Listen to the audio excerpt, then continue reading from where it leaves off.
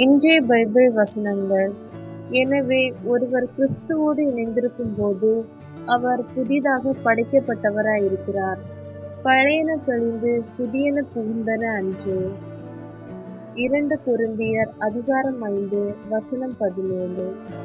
நம்பிக்கை என்பது நாம் எதிர்நோக்கியிருப்பவை கிடைக்கும் எனும் உறுதி, கண்ணுக்கு புலப்படாதவை பற்றிய ஐயமற்ற நிலை. எபிரேயர் அதிகாரம் 11 வசனம் 1. நீ கடவுளின் முன் ஏற்புடையனாக நிற்க முழு முயற்சி செய். உண்மையின் வார்த்தையை நேர்மையாய் பகுத்து கூறும் பணியாளாகிய நீ வெட்கமுற வேண்டியதில்லை. 2 தீமோத்தேயு அதிகாரம் 2 வசனம் 15.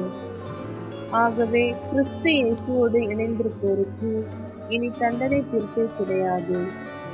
ரோமர் அதிகாரம் 8 வசனம் 1.